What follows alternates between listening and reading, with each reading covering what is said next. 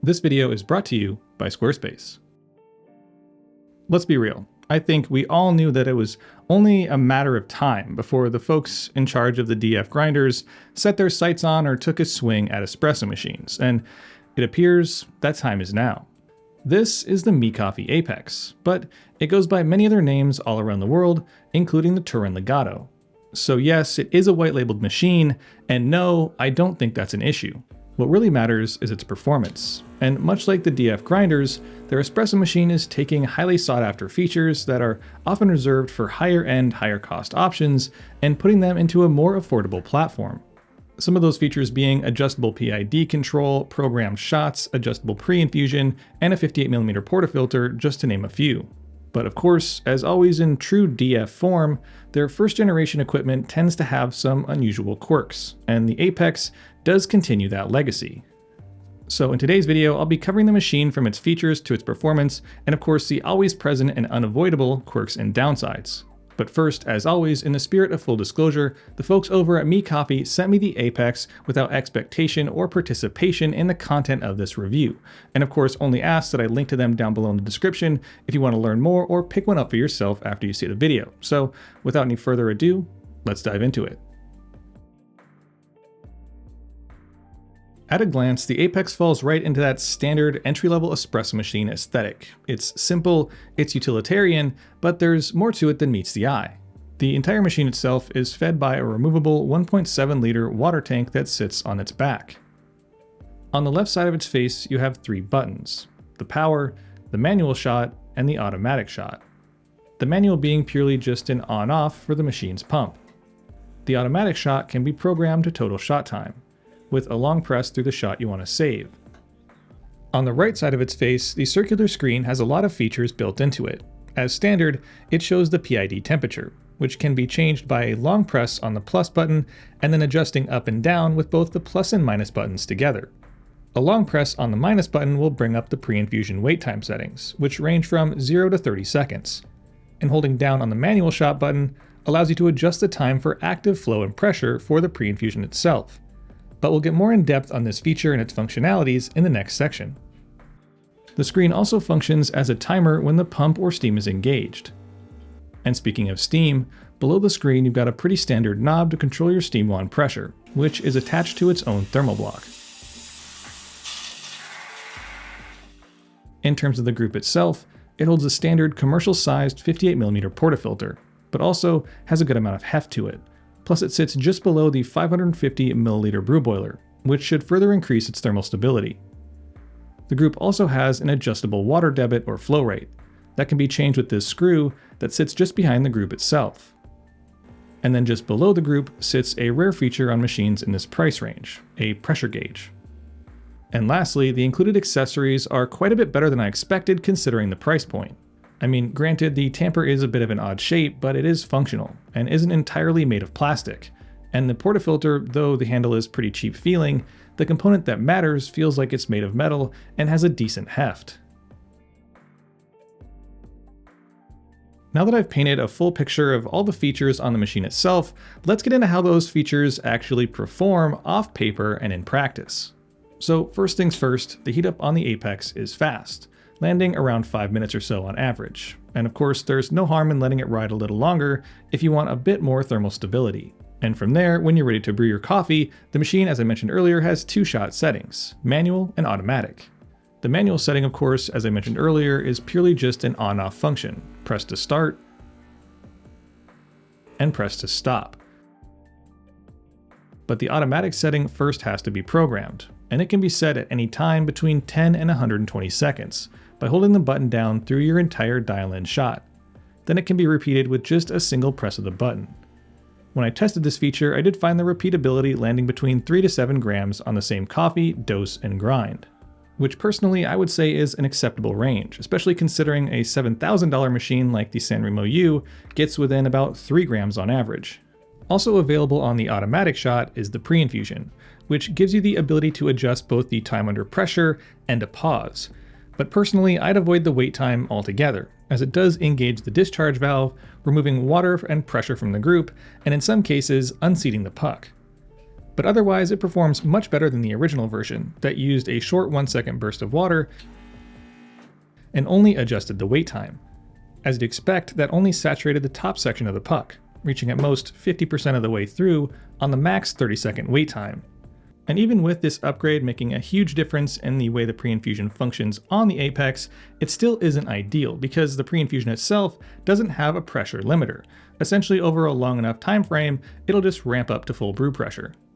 Speaking of water and pressure though, the Apex uses a vibration pump that can create up to 15 bars depending on the back pressure provided by the coffee and the set flow rate. But being able to adjust the flow rate or water debit itself is a unique feature that I haven't seen on a lot of entry-level machines.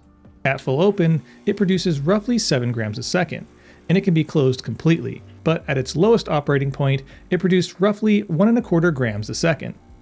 Out of the box, the machine was set to about 6 grams a second, and the shots produced were pretty good. They were flavorful, well balanced, but a little more punchy than I wanted, and peaking at pressures close to 12 bars. And after a bit of trial and error, I found that about 4 grams a second was my sweet spot. It offered a nice long ramp up, peaking at no more than 9 bars and often closer to 8, and a slow gentle ramp down to about 4 or 5 bars by the end of the shot. Taste-wise, it improved the sweetness, decreased the acidity, and provided a smoother overall pull, particularly for lighter roasted coffees.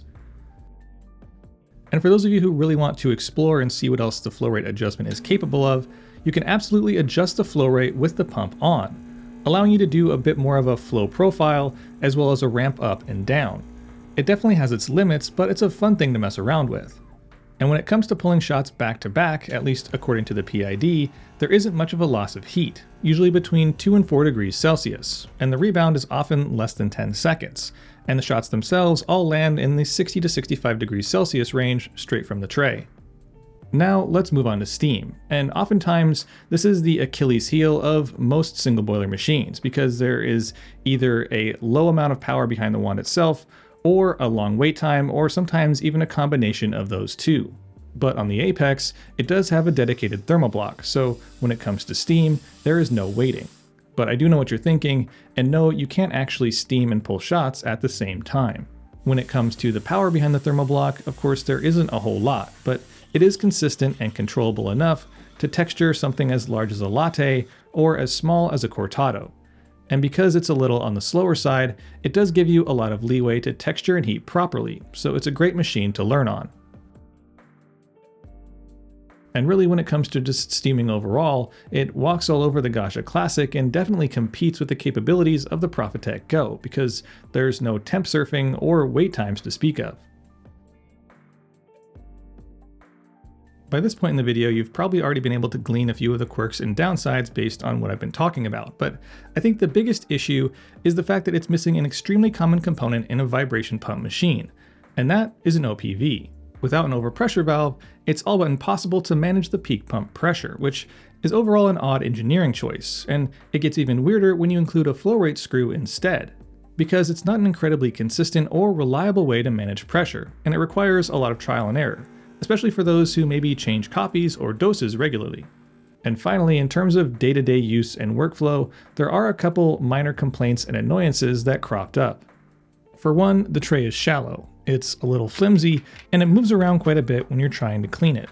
And beyond the fact that it's small, it seems to provide more tray than drip, as liquids tend to sit on it rather than drip through it.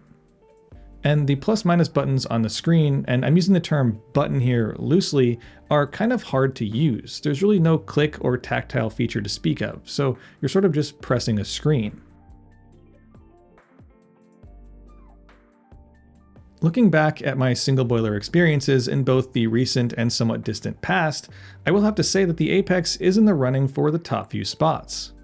Overall, I think its features are useful and effective, and knowing how the DF manufacturer operates, I wouldn't be shocked to see any reasonable complaints addressed in future versions. In terms of its price point competitors like the often compared Gaggia Classic and the often forgotten Crossland CC1, I will say out of the box, the Apex does win out on performance.